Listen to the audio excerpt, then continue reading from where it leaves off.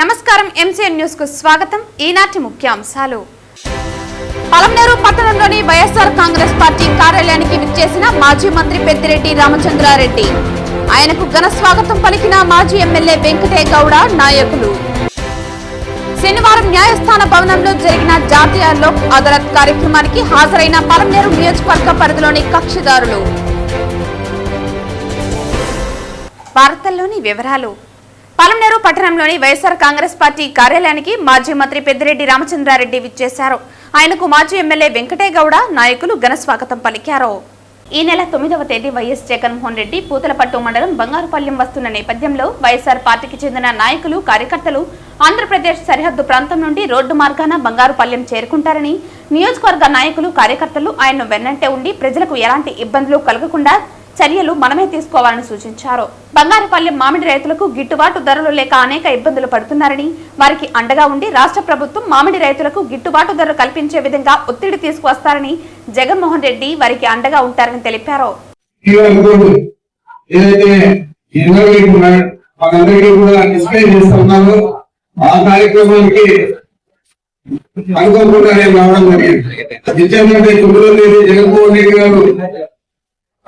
బంగారుపల్లెం market యార్డుకు ఇచ్చేస్తా ఉన్నారు.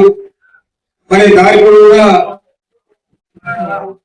పలమనేరు నియోజకవర్గమే ఎక్కువగా ఉంది కాబట్టి కర్ణాటక బార్డర్ నుంచి ఇది చాలా ప్రతిష్టాత్మకంగా తీసుకొని ఆయన పర్యటనను విజయవంతం చేయాలని చెప్పి మిమ్మల్ని అందరినీ కూడా కోరడానికి నేను రావడం జరిగింది. ఈ సందర్భంగా మనం బాబు శ్రీమతి మోసం గ్యారంటీ కార్యక్రమాన్ని కూడా ఈ రోజు మీ అందరి సమక్షంలో జరుపుకోవడం నాకు సంతోషంగా ఉంది.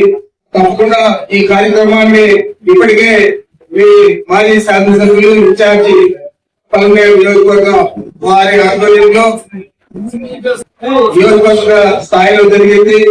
ఇప్పుడు మండల స్థాయిలో కూడా ఈ రోజు జరుగుతూ ఉన్నాయి.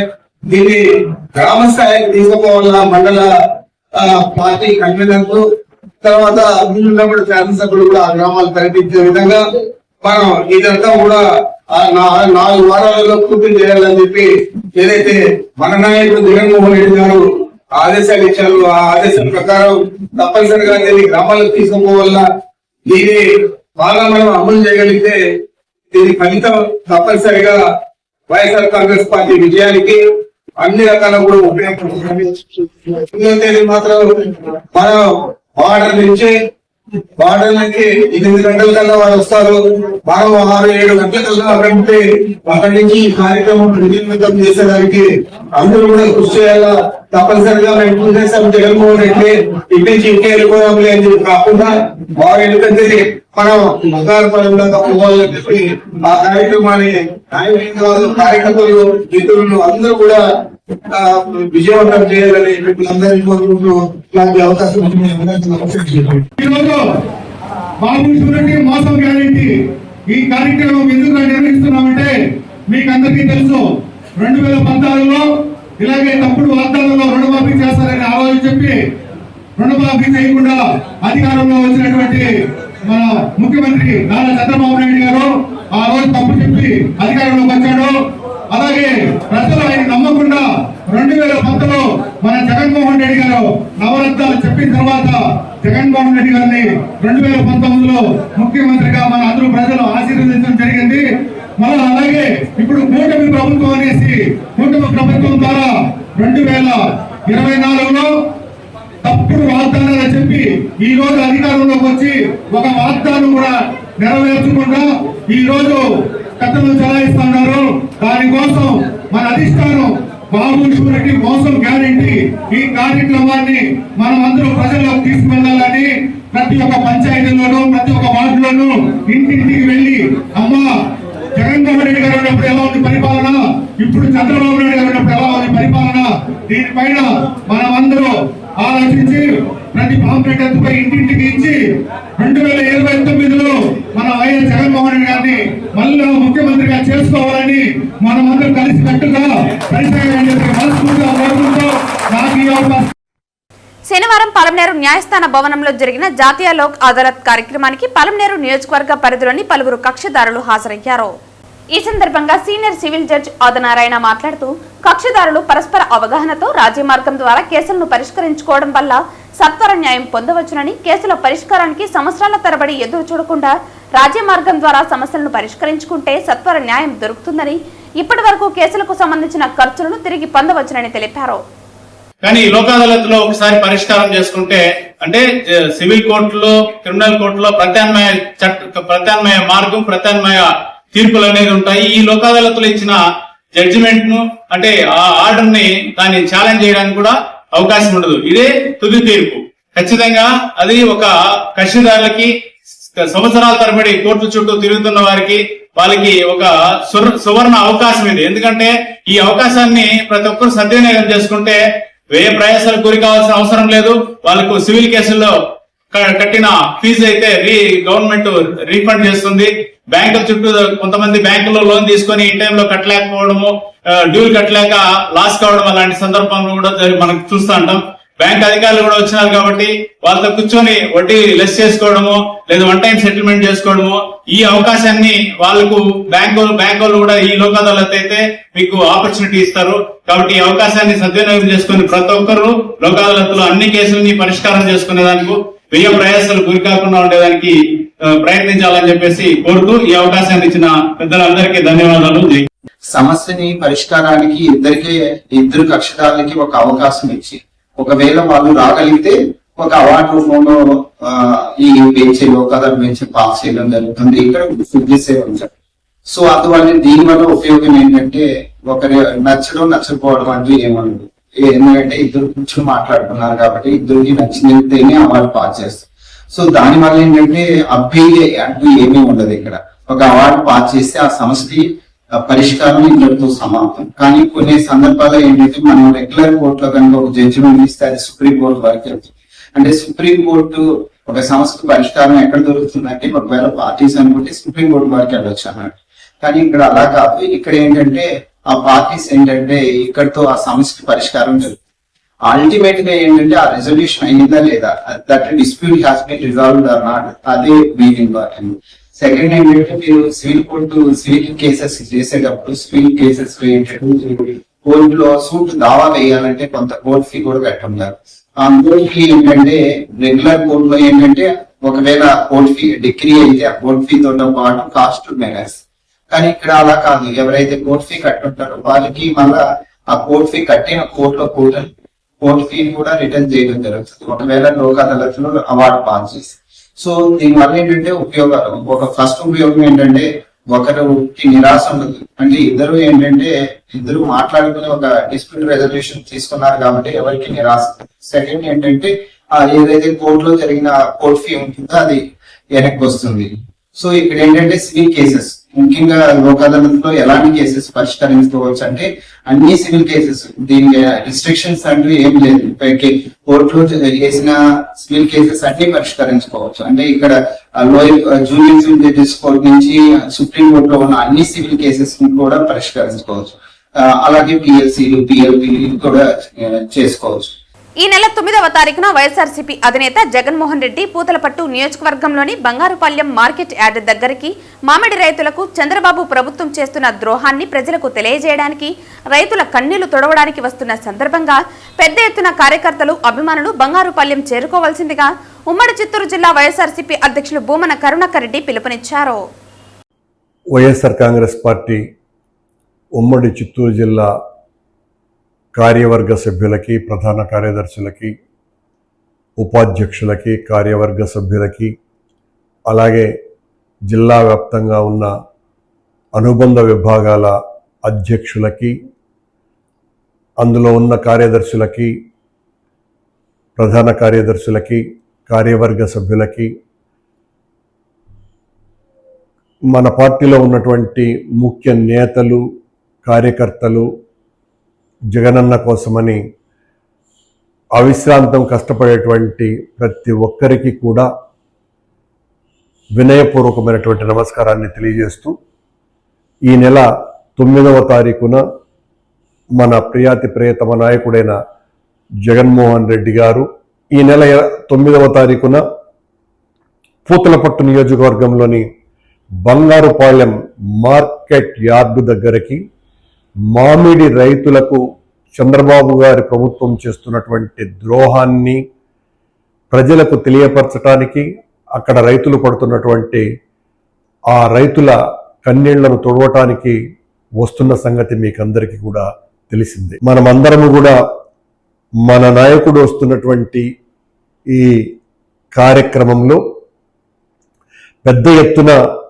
జగన్మోహన్ రెడ్డి గారిని అభిమానించేటువంటి ప్రతి ఒక్కరు కూడా పోతలపట్టు నియోజకవర్గంలోని బంగారుపాళ్యంకు ఉదయం 9:30-10 లోపల చేరుకోవాల్సిందిగా అందరినీ కూడా కోరుకుంటున్నాను. అధ్యక్షునిగా మీరందరూ కూడా మన నాయకుడి పట్ల మీకున్నటువంటి ప్రేమను, అభిమానాన్ని, మన నాయకుడు మామిడి రైతులకు చంద్రబాబు గారు చేస్తున్నటువంటి వంచనకు వ్యతిరేకంగా ఆయన చేస్తున్నటువంటి ఆ పోరాటానికి మద్దతు పలికటానికి మీరందరూ కూడా తరలి రావాల్సిందిగా, వేలాదిగా తరలి రావాల్సిందిగా మిమ్మల్ని అందరినీ కూడా ప్రార్థిస్తున్నాను. శనివారం తిరుపతి బైరాగి పట్టణ గంధమనేని శివయ్య భవన్ నందు ఏఐటీయూసీ తిరుపతి జిల్లా ఆటో వర్కర్స్ యూనియన్ ఆధ్వర్యంలో ఈ నెల 9వ తేదీ జరుగు సార్వత్రిక సమ్మెను జయప్రదం చేయాలని కరపత్రాల విడుదల కార్యక్రమం నిర్వహించారు. ఈ కార్యక్రమానికి ముఖ్య అతిథిగా జిల్లా కార్యదర్శి కేదారి రాధాకృష్ణ, ఆటో యూనియన్ జిల్లా అధ్యక్షులు పురుషోత్తం రెడ్డి, ప్రధాన కార్యదర్శి శివ హాజరై మాట్లాడుతూ కేంద్రంలో అధికారంలోకి వచ్చిన బీజేపీ ప్రభుత్వం దేశవ్యాప్తంగా రవాణా రంగాన్ని కార్పొరేట్ కంపెనీలకు తీసుకురావడానికి ప్రయత్నిస్తోందని, అందులో భాగమే ఉబర్, ర్యాపిడ్, ఓలా లాంటి ఆన్లైన్ బుకింగ్ కంపెనీలను ప్రోత్సహిస్తూ స్వయం ఉపాధి రంగమైన రవాణా రంగాన్ని నిర్వీర్యం పరుస్తోందని అన్నారు. 2014 బీజేపీ అధికారంలోకి వచ్చిన నాటికి ఒక బ్యారెల్ క్రూడ్ ఆయిల్ ధర $80 ఉండేదని, అప్పుడు డీజిల్ ధర 1 లీటర్ $56, పెట్రోల్ 1 లీటర్ 70 ఉండేదని, అప్పటి నుండి ఇప్పటి వరకు అంతర్జాతీయంగా క్రూడ్ ఆయిల్ ధరలు పెరగకపోగా మోదీ ప్రభుత్వం ఒకే దేశం ఒకే పన్ను నినాదంతో జీఎస్టీని తీసుకొచ్చి పెట్రోల్, డీజిల్, గ్యాస్ ధరలను జీఎస్టీలో చేర్చకుండా వేల కోట్ల రూపాయలు ప్రజల నుంచి దోపిడీ చేస్తుందని అన్నారు. 2014 బీజేపీ అధికారంలోకి వచ్చే నాటికి రోడ్డు ప్రమాదాలు సంఖ్య ఎక్కువగా ఉండేది. 2015 నుండి 2024 వరకు రోడ్డు ప్రమాదాలు గణనీయంగా తగ్గిన, అప్పుడు ఒక్క ఆటోకి థర్డ్ పార్టీ ఇన్సూరెన్స్ $1,400 ఉండగా ఇప్పుడు $7,000 అయిందని తెలిపారు. ప్రమాదాలకు తగిన ఇన్సూరెన్స్ తగ్గించకుండా భారీగా పెంచి ఇన్సూరెన్స్ కంపెనీలకు వేల కోట్ల రూపాయలు దోచుకునే విధంగా ప్రభుత్వం సహకరించిందని అన్నారు. పెట్రోల్, డీజిల్ ధరలు విపరీతంగా పెరగడంతో నిత్యావసర సరుకుల ధరలు విపరీతంగా పెరిగి ప్రజల కొనుగోలు శక్తి క్షీణించిందన్నారు. అధికారంలోకి వస్తే నల్లధనం తెచ్చి ప్రతి పేద కుటుంబానికి 15 లక్షల రూపాయలు బ్యాంక్ అకౌంట్లో వేస్తామని మోసం చేసిందని అన్నారు. నిరుద్యోగులకు సంవత్సరానికి 10 లక్షల ఉద్యోగాలు ఇస్తామని ఎన్నికల్లో అనేక హామీలు ఇచ్చి ఒక్క హామీ కూడా నెరవేర్చకుండా దేశాన్ని దోచుకుంటూ కార్పొరేట్ కంపెనీలకు ఊడిగం చేస్తున్న నరేంద్ర మోదీ బీజేపీ ప్రభుత్వ వ్యతిరేక విధానాలను ఎండగడుతూ జరుగుతున్న దేశవ్యాప్త సార్వత్రిక సమ్మెలో జిల్లా వ్యాప్తంగా ఉన్న ఆటో, టాక్సీ రవాణా రంగంలో పనిచేస్తున్న కార్మికులు పాల్గొని ప్రభుత్వం కళ్లు తెరిపించాలని పిలుపునిచ్చారు. ఈ కార్యక్రమంలో నగర అధ్యక్షులు కేవై రాజా, నగర కార్యదర్శి వెంకటేష్, బండి చలపతి, ప్రమీణ, పద్మనాభరెడ్డి, అల్లాబక్ష, నాగభూషణం, సీను, వాణి తదితరులు పాల్గొన్నారు. ఈ నెల 9వ తేదీన జరుగుతున్న దేశవ్యాప్త సార్వత్రిక సమ్మెలో ఆటో రంగం కూడా భాగస్వామై ఈ సమ్మెలో మేము కూడా పాల్గొంటున్నాం. అదేవిధంగా తిరుపతి జిల్లా వ్యాప్తంగా ఉన్న రవాణా రంగ కార్మికులు, ఆటో, ట్యాక్సీ, జీపు, వ్యాను మొదలగు వాహన యజమానులు, ఆటో డ్రైవర్లు అందరూ కూడా ఈ సమ్మెలో భాగస్వాములై కేంద్ర ప్రభుత్వం తీసుకొచ్చిన 2019 నూతన రోడ్డు రవాణా చట్టాన్ని వ్యతిరేకించాలని, అదేవిధంగా 106 సెక్షన్ *1, *2 లాంటి అతి ప్రమాదకరమైన సెక్షన్లు తీసుకొని వచ్చి డ్రైవర్ను బాధ్యులు చేసి 5 సంవత్సరాల నుండి 10 సంవత్సరాల వరకు డ్రైవర్లకు కఠిన శిక్షలు అమలు పరిచే ఈ 2019 నూతన రోడ్డు చట్టాన్ని రద్దు చేయాలని చెప్పేసి, అదేవిధంగా భారీగా పెనాల్టీలు పెంచే రాష్ట్ర ప్రభుత్వం తీసుకొచ్చిన 2131 జీవోని రద్దు చేయాలని, ఈ చలనాలు రద్దు చేయాలని చెప్పేసి, అదేవిధంగా ఓలా, ఊబర్ ఏవైతే ఆన్లైన్ ట్రాన్స్పోర్ట్ ఉన్నాయో వాటినన్నీ కూడా రద్దు చేయాలని చెప్పేసి కూడా ఈ సమ్మెలో మేమందరం కూడా కార్మికులు పాల్పంచుకోమంటున్నాం. అదేవిధంగా ఈ జిల్లా వ్యాప్తంగా ఉన్న ఏవైతే ట్రాన్స్పోర్ట్ రవాణా రంగం ఉందో రవాణా రంగం మొత్తం కూడా సమ్మెలో భాగస్వాములై కేంద్ర రాష్ట్ర ప్రభుత్వం కళ్ళు తెరిపించాలని చెప్పేసి కూడా ఈ సందర్భంగా పిలుపునిస్తున్నాం. తిరుపతి జిల్లా ఆటో వర్కర్స్ యూనియన్ కార్యదర్శి ఎన్ శివ. దేశవ్యాప్తంగా కార్మికులంతా కలిసి ఈ నెల 9వ తారీఖున జాతీయ సమ్మె చేపట్టాలని కార్మిక సంఘాలు నిర్ణయించాయి. అందులో భాగంగా ఈ రోజు వెటర్నరీ యూనివర్సిటీలో కాంట్రాక్ట్ వర్కర్స్ మరియు ఆప్కాస్ ఉద్యోగస్తుల ఆధ్వర్యంలో కరపత్రాలు ఆవిష్కరించడం జరిగింది. లేబర్ కోడ్స్ రద్దు చేయాలి. లేబర్ కోడ్స్ రద్దు చేయాలి. 26,000 రూపాయల వేతనం ఇవ్వాలి. MTS ను అమలు చేయాలి. MTS ను అమలు చేయాలి. MTS ను అమలు చేయాలి. MTS ను అమలు చేయాలి. MTS ను అమలు చేయాలి. కనీస వేతనం ఇవ్వాలి. కనీస వేతనం ఇవ్వాలి. కనీస వేతనం ఇవ్వాలి. కనీస వేతనం ఇవ్వాలి. సమ్మెను జయప్రదం చేయండి. సమ్మెను జయప్రదం చేయండి. జూలై 9వ తేదీ జరిగే సమ్మెను జయప్రదం చేయండి. జూలై 9వ తేదీ జరిగే సమ్మెను జయప్రదం చేయండి. అందరినీ పర్మనెంట్ సుప్రీంకోర్టు తీర్పు ప్రకారం సమాన పనికి సమాన వేతనం. సుప్రీంకోర్టు తీర్పు ప్రకారం సమాన పనికి సమాన వేతనం. దేశవ్యాప్తంగా కార్మికులంతా కలిసి ఈ నెల 9వ తారీఖున పెద్ద ఎత్తున జాతీయ సమ్మెను చేయాలని చెప్పిన కార్మిక సంఘాలు నిర్ణయించాయి. అందులో భాగంగా ఈరోజు వెటనరీ యూనివర్సిటీలో ఈ కాంట్రాక్ట్ వర్కర్స్ అదేవిధంగా ఆప్కాస్ ఉద్యోగులతో కరపత్రం ఆవిష్కరణ చేయడం అనేది జరుగుతూ ఉంది. ఈరోజు ప్రధానంగా లేబర్ కోడ్స్ చాలా తీవ్రమైనటువంటి అంశంగా ముందుకు వచ్చింది. ఈ లేబర్ కోడ్స్ 4 లేబర్ కోడ్స్ను రద్దు చేయాలని చెప్పని పార్లమెంట్లో తీర్మానం చేశారు. బ్రిటిష్ ప్రభుత్వంలో ఉన్నటువంటి అన్ని కూడా లేబర్ కోడ్స్ను రద్దు చేయబోతా ఉన్నారు. దాదాపు 48 ఉన్నటువంటి లేబర్ కోడ్స్ను 28 లేబర్ కోడ్స్ను రద్దు చేసి ఈరోజు కార్మికులకు హాని కలిగించే విధంగా ఈరోజు వ్యవహరించబోతా ఉన్నారు. ఇది సరైనటువంటి పద్ధతి కాదని చెప్పని విజ్ఞప్తి చేస్తున్నాం. ఈ లేబర్ కోడ్స్ కనుక రద్దు అయితే కార్మికుల యొక్క రక్త మాంసాలను పట్టి పీడించి కార్పొరేట్ కంపెనీలకు అమ్ముకోవడమే తప్ప వేరే మార్గం కనిపించట్లేదు. ఈరోజు ఆ కార్పొరేట్ కంపెనీల కోసం ఈరోజు ఒక పెద్ద ఎత్తున ప్రయత్నం జరగబోతా ఉంది.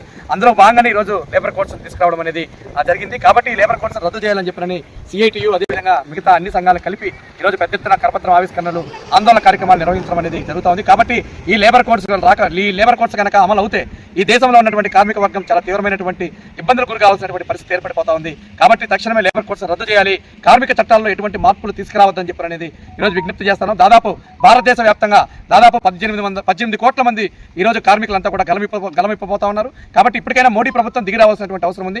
మోడీ కార్పొరేట్ ప్రపంచానికి కార్పొరేట్ వత్తాసు పలుకుతూ ఈరోజు చాలా తీవ్రమైనటువంటి ఇబ్బందులు గురి చేస్తా ఉన్నాడు. కాబట్టి ఇట్లాంటి ఏవైతే కార్మిక చట్టాలు ఉన్నాయో ఆ చట్టాలను పూర్తి స్థాయిలో రద్దు చేయాలని చెప్పి అనేది ఈరోజు CITUగా డిమాండ్ చేస్తాను. దీనికోసం 9వ తేదీ జరిగే సమ్మెలో అందరూ కూడా పాల్గొని విజయవంతం చేయాలని చెప్పి విజ్ఞప్తి చేస్తాను. మేకలను గొర్రెలను చోరీ చేసే 5 సభ్యుల ముఠాను అరెస్టు చేసి 6,72,000 విలువ గల 45 గొర్రెలు, మేకలు, 2 ద్విచక్ర వాహనాలు, ఓ కారు స్వాధీనం చేసుకున్నట్లు తిరుపతి రూరల్ DSP ప్రసాద్ వెల్లడించారు. తిరుచానూరు, చంద్రగిరి, ఆర్సీపురం, రేణిగుంట, ఏర్పేడు, వడమలపేట ప్రాంతాలలో చోరీ చేసిన 8 కేసుల్లో రికవరీ చేశారు. మంగళం SVCE కళాశాల వద్ద 2 గొర్రెలను కారులో తీసుకువెళ్తూ ఉండగా తిరుచానూరు పోలీసులకు పట్టుబడ్డారు. పోలీసుల విచారణలో 12 మంది రైతుల నుండి 45 గొర్రెలను నిందితులు కాజేశారు. పోలీసులకు పట్టుబడ్డవారు ఏనుగుదాటి మణికంఠ, చల్లా మధు, అవిలాల జయకృష్ణ, పక్కల నవీన్ కుమార్, నెన్నూరు నితిన్లుగా గుర్తించారు. నిందితులను అరెస్టు చేసి రిమాండ్కు తరలించారు. ఈ విలేకరుల సమావేశంలో వివరాలను సిఐ సునీల్ కుమార్ తో కలిసి తిరుపతి రూరల్ DSP ప్రసాద్ వెల్లడించారు. తిరుచానూరు పోలీస్ స్టేషన్ పరిధిలో ఈ రైతుల దగ్గర ఈ పశువులు మేపుకునే రైతులు, చిన్న సన్నకారు రైతులు ఉన్నారు.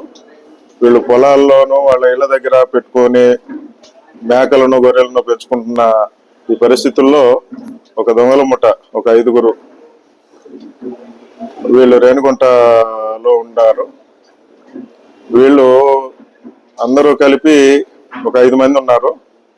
ఒక పథకం ప్రకారం అక్కడ ఈ గొర్రెలు ఉన్న షెడ్స్ ఉంటాయి కదా, అందుట్లో 1-2 గొర్రెలను అట్లా దొంగతనం చేయటం స్టార్ట్ చేశారు. ఈ Tanapalli cross, Tiruchanur police station limits లో తనపల్లి క్రాస్ నల్లమాని కాలువలో జె చంద్రశేఖర్ రెడ్డి అనే రైతు, ఆయన ఇంటి ముందున్న ఈ గొర్రెల దొడ్డిలో నుంచి ఒక 2 మేకలను ముందు దొంగతనం చేస్తే మొన్న 25వ తారీఖు తిరుచానూరు పోలీస్ స్టేషన్ లో కంప్లైంట్ ఇవ్వడం జరిగింది. ఆ కేసుని ఆధారంగా చేసుకొని ఇక్కడ తిరుచానూరు పోలీస్ స్టేషన్ లో ఉన్న సిబ్బంది, ఇన్స్పెక్టర్ గారు, వాళ్ళ SI సాయినాథ్, కానిస్టేబుల్స్ ప్రసాద్, ప్రభాకరు, వీళ్ళు ఇన్ఫర్మేషన్ పెట్టుకొని వాళ్ళని నిఘా పెట్టేసి పట్టుకోవడం జరిగింది. మొన్న SVCE కాలేజీ రూట్లో ఒక కారులో ఈ గొర్రెలను తీసుకొని వెళుతుంటే వీళ్ళు వెంటాడి పట్టుకున్నారు. మొత్తం వీళ్ళని విచారిస్తే 6 పోలీస్ స్టేషన్ల పరిధిలో, ఒకటి తిరుచానూరు పోలీస్ స్టేషన్లో ఒక 3 కేసులు, RC రామచంద్రాపురం ఒకటి, చంద్రగిరి పోలీస్ స్టేషను, వడమాలపేట, రేణిగుంట, ఏర్పేడు, ఇట్లా 6 పోలీస్ స్టేషన్ల పరిధిలో దాదాపు 8 కేసుల్లో 45 గొర్రెలను మేకలను వీళ్ళు దొంగతనం చేసినట్టుగా వీళ్ళ దగ్గర నుంచి గొర్రెలని రికవరీ చేయడం జరిగింది. అట్లనే వీళ్ళతో పాటు 2 మోటార్ సైకిళ్ళు, 1 కారు కూడా సీజ్ చేయడం జరిగింది. మొత్తం వాల్యూ 6,72,000 రూపాయల విలువ చేసే ఈ గొర్రెలను రికవరీ చేసి మళ్ళీ తిరిగి రైతులకు అప్పచెప్పడం జరుగుతుంది. ఈ కేసులో రైతులు కష్టార్జితం అందరికీ తెలిసిందే. వాళ్ళకి జరిగిన ఈ నష్టాన్ని అది ఒక ఛాలెంజింగ్ గా తీసుకొని ఎస్పీ గారు ఉత్తర్వుల మేరకు సిబ్బంది ఇన్స్పెక్టర్ గారు, తర్వాత వాళ్ళ ఎస్ఐ సాయినాథ్ వాళ్ళ ఆధ్వర్యంలో కష్టపడి వాళ్ళని పట్టుకొని వాళ్ళకి రికవరీ ఇప్పించడం జరిగింది. దీని మూలంగా ఎస్పీ గారు కూడా సిబ్బందిని అభినందించి వాళ్ళకి రివార్డులు ప్రకటించడం జరిగింది. వార్తలు ముగించే ముందు ముఖ్యాంశాలు మరోసారి. పలమనేరు పట్టణంలోని వైఎస్ఆర్ కాంగ్రెస్ పార్టీ కార్యాలయానికి విచ్చేసిన మాజీ మంత్రి పెద్దిరెడ్డి రామచంద్రారెడ్డి. ఆయనకు ఘన స్వాగతం పలికిన మాజీ ఎమ్మెల్యే వెంకటే గౌడ నాయకులు. శనివారం న్యాయస్థాన భవనంలో జరిగిన జాతీయ లోక్ అదాలత్ కార్యక్రమానికి హాజరైన పలమనేరు నియోజకవర్గ పరిధిలోని కక్షిదారులు. ఈ వార్తలు ఇంతటితో సమాప్తం. తిరిగి వార్తల్లో మళ్ళీ కలుద్దాం. అంతవరకు సెలవు. నమస్కారం.